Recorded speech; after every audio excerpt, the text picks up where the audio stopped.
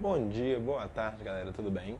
Meu nome é Breno Pires, sou professor de Química do Colégio Bernoulli e hoje nós vamos dar sequência ao estudo do módulo C8 de ácidos carboxílicos e seus sais, ok? Na última aula eu comentei sobre um desafio que eu tinha pedido para vocês montarem a estrutura do ácido valérico, não é isso? Bom, vou fazer o seguinte, vou deixar vocês aí, aqueles que não fizeram, né, dar uma pausa no vídeo, para vocês tentarem fazer e aí no final da aulinha aqui eu passo para vocês a resposta. Ok? Então vamos lá da sequência, falando dos sais derivados dos ácidos carboxílicos. Então vamos lá. Os sais eles vão ser compostos iônicos, né, igual na química inorgânica, proveniente da neutralização dos ácidos carboxílicos com bases. Então olhem aqui, né? Eu vou ter um ácido carboxílico qualquer, vai reagir com uma base, a gente sabe que esse aqui do H+, esse aqui é o H-, H+ com H- forma água, então eu tenho a formação do meu sal. Esse daqui, né, esse grupo daqui, a gente comentou lá na última aula, é o carboxilato, né, é o grupo funcional dos sais derivados dos ácidos carboxílicos, beleza? Existem algumas maneiras de a gente representar esses ácidos carboxílicos, esses sais. Quais são elas? A gente pode colocar somente ONA ou OK, por exemplo, se for potássio, lítio, não me interessa, né? Podemos colocar assim. Podemos colocar os sinais, O-, K+, por exemplo, beleza? O que nós não podemos fazer é isso aqui, ó. Por exemplo, colocar ali uma ligação covalente com aquele lítio, ok? Quando a gente não coloca nada, a gente sabe que a diferença de eletronegatividade aqui é muito grande, então isso aqui é uma ligação iônica. Então esse aqui está correto. Aqui a gente identificou as cargas, não é necessário, mas podemos. No momento em que a gente coloca aquela ligação, eu estou forçando aquilo a ser uma ligação covalente.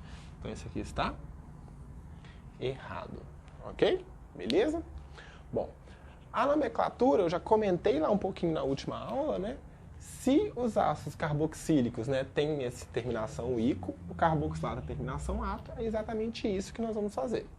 Então, o ácido aqui seria o ácido etanóico, tira o ico, põe o ato, esse aqui é o etanoato de sódio. Correto? Como se fosse um sulfato de sódio, por exemplo. Nesse caso aqui seria o ácido benzoico, então ele é o benzoato de sódio. E esse aqui seria o ácido etanodioico, então ele é o etano dioato de cálcio.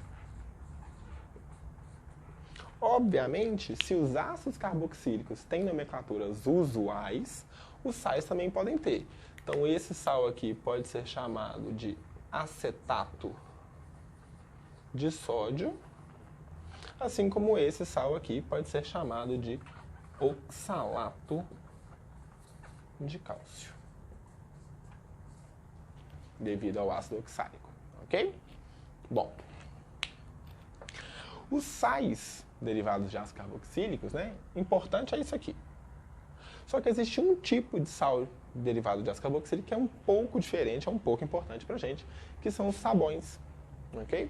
Um sabão, ele nada mais é do que um sal derivado de um ácido carboxílico, só que esse ácido carboxílico tem que ser um ácido carboxílico graxo, né? Ou seja, 12 ou mais átomos de carbono. Então, esse daqui é o ânion presente, por exemplo, em um tipo de sabão. Por que ele tem essa característica especial? A parte de cá, né, a cadeia hidrocarbônica dele, é o que a gente chama da parte lipofílica dele, ou hidrofóbica. Né? Esses dois termos aqui são sinônimos, né? Sinônimos assim, não significam a mesma coisa, mas implicam a mesma coisa. Lipofílico, afinidade por gordura. Hidrofóbico, né, fobia, não afinidade, né, por água. Ok? Ou seja, é a parte apolar da minha molécula. Nesse caso, do meu íon. No caso de lá, então, do lado de lá, nós vamos ter a parte lipofóbica ou hidrofílica. Ok? o mais usual é a gente utilizar o termo fílico aqui, ok? Bom, uma estrutura que possui essas duas partes, ela é chamada, né, de uma estrutura anfifílica, né? Igual a gente viu lá já nos anfíbios, né? A anfi lá vai se relacionar às duas partes aqui. A anfifílica pode ser também chamada de anfipática, ok? Confesso não saber a origem desse termo aqui, anfipática, beleza? E algumas vezes, né, eles podem ser chamados de tensoativos. Cuidado, que tensoativo é uma característica que tem a ver com o fato de que essas estruturas, elas diminuem a tensão superficial da água, ok? E estruturas que são anfifílicas, anfipáticas, elas fazem isso, ok? Então, não é sinônimo, mas toda estrutura que for anfifílica, assim, uma parte lipofílica grande, uma parte hidrofílica potente, né, vai ser um tensoativo, ok? Bom, então aqui falta para a gente entender como que um sabão funciona. Então, vamos lá.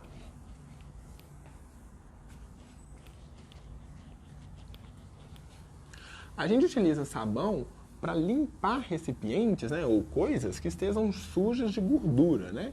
Por que isso? A gente sabe que a água, ela não interage bem com gordura, então a água não consegue retirar a gordura.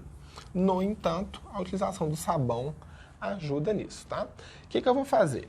Eu vou representar o meu sabão, né, como sendo isso aqui, ó.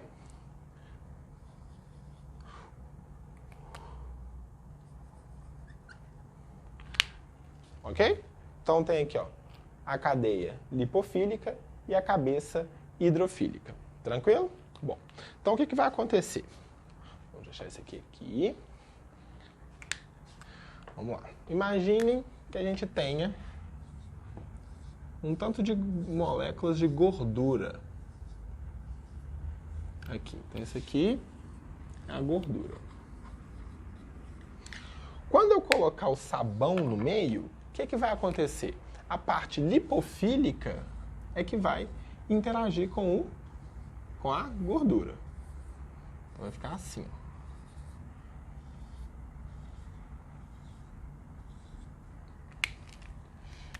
Então, para fora aqui,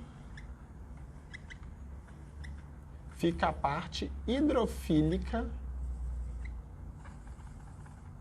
ou seja, a cabeça polar dos meus íons de sabão. Beleza? Deixa eu trocar isso aqui. Esse aqui é sabão.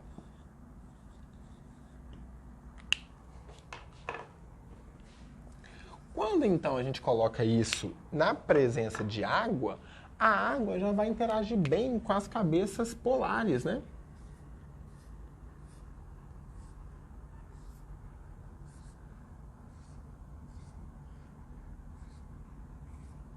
Então, essas aqui são as minhas moléculas de água, ok? Então, o que vai acontecer? O sabão, ele atua como se ele fosse um mediador da interação entre a gordura e a água. Os dois não se bicam, mas eu coloco alguém no meio que interage com um e interage com o outro, ok? Todos nós, né, temos aquele amigo do amigo que a gente não gosta, mas a gente anda com ele porque nosso amigo está junto. Mais ou menos a mesma coisa, ok? A água não interage bem com a gordura, no entanto, o sabão faz com que haja uma interação aí entre a água e a gordura, ok? Essa estrutura ali do sabão com a gordura é chamada de micela, ok? E ela é que é a responsável ali pelo carregamento, né, da gordura. Lembrando, gente, que aqui eu estou representando uma coisa em duas dimensões, mas a micela é uma esfera, ok? Gordura aqui no meio, sabão em todas as direções, ok? Bom, só que sabão não funciona sempre, né? Em algumas ocasiões aí, o sabão falha, né? Ele não faz nem muita espuma, ok? E nós vamos entender aqui o porquê. Então, vamos lá.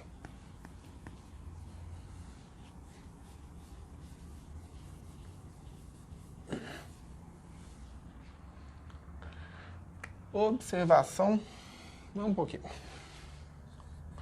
Observação 1.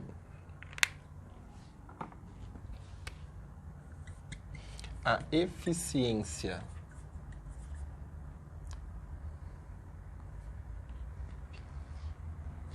do sabão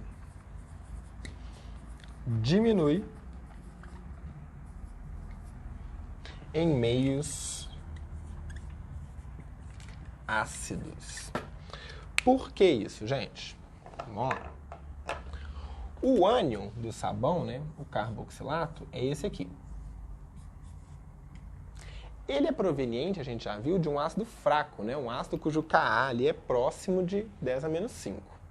Se eu coloco isso daqui, então, em um meio ácido, o que vai acontecer? Se o ácido que gerou essa base é um ácido fraco, essa base é uma base forte. Em meio ácido, então, ela vai sofrer uma protonação, liberando a água. Esse composto daqui, né, que é o ácido carboxílico, ele é incapaz de formar micelas.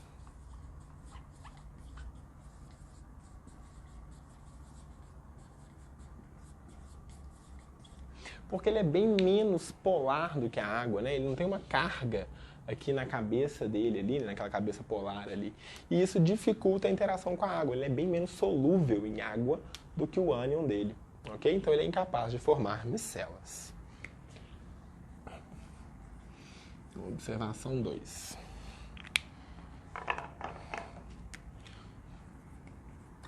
A eficiência do sabão diminui em água dura.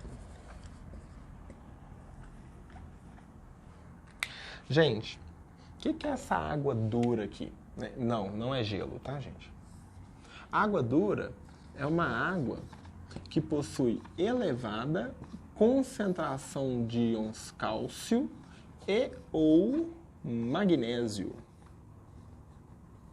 Na verdade, existem outros ânions que também têm esses outros cátions, perdão, que também têm esse mesmo efeito, tá? Ferro, alumínio, tem esse mesmo efeito, mas em geral são esses dois aqui. Por que disso? A gente vai ver mais pra frente, lá nas teorias modernas de ácido e base, apostila 4, se não me falha a memória, que isso aqui são ácidos de Lewis, isso a gente já sabe. Mas que esses ácidos são ácidos de Lewis, que são ácidos duros, ok? São ácidos pequenos, ok? Os cátions que são pequenos são chamados de ácidos duros. E os ácidos duros, eles interagem muito fortemente com os ânions carboxilato. E aí, o que acontece? Quando eu tenho aqui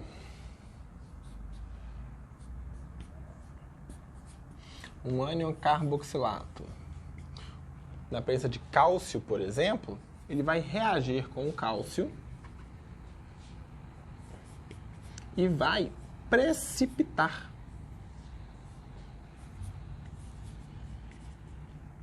Ou seja, o íon cálcio, ele captura, né, esses ânions aqui, que são capazes de formar micela.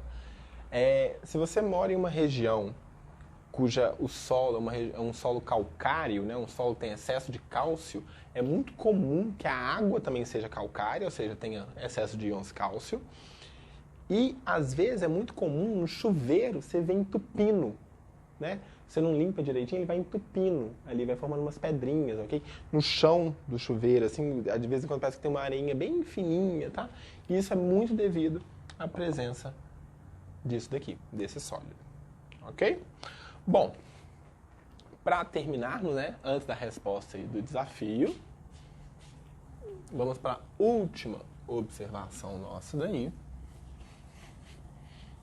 que é a diferença entre um sabão em barra, né, e o sabão líquido.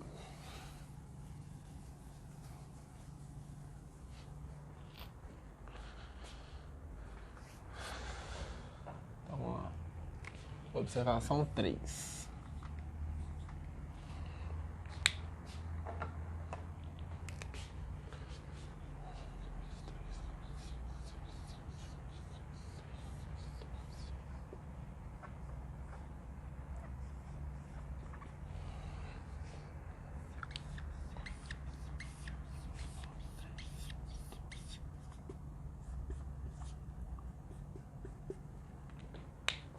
Obviamente, gente, tem outras condições que vão afetar isso, tá? Mas, em geral, quando a gente utiliza como cátion o íon sódio, a gente tem a formação de um sabão em barra.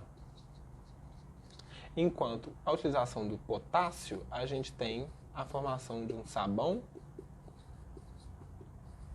líquido. Por que isso? O íon potássio ele tem um nível eletrônico preenchido a mais do que o sódio, não é isso?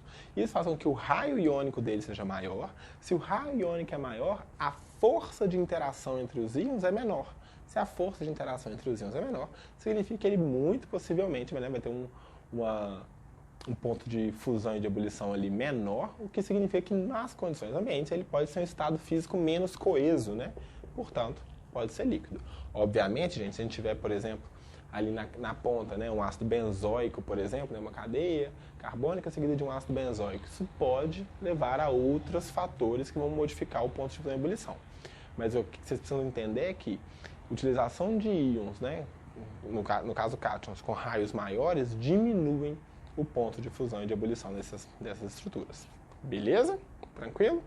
Galera, com isso daí, a gente termina o capítulo C8, ok?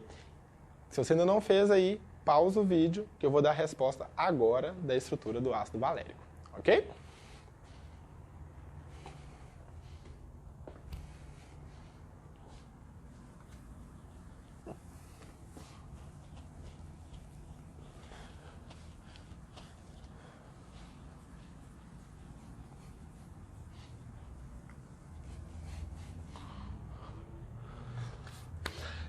Então vamos lá.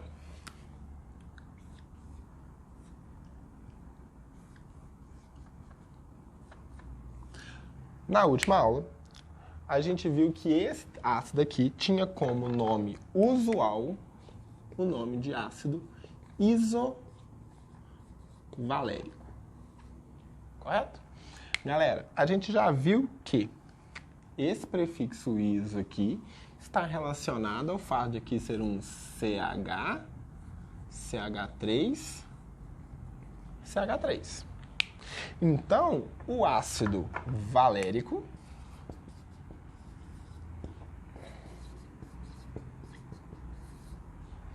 terá a estrutura assim. O nome oficial do ácido valérico é o ácido pentanoico. Opa, olha eu colocando um acento aí de mania. Beleza? Então tá aí a resposta do desafio da última aula. Beleza? Galera, espero que vocês tenham gostado. Fiquem bem e até a próxima.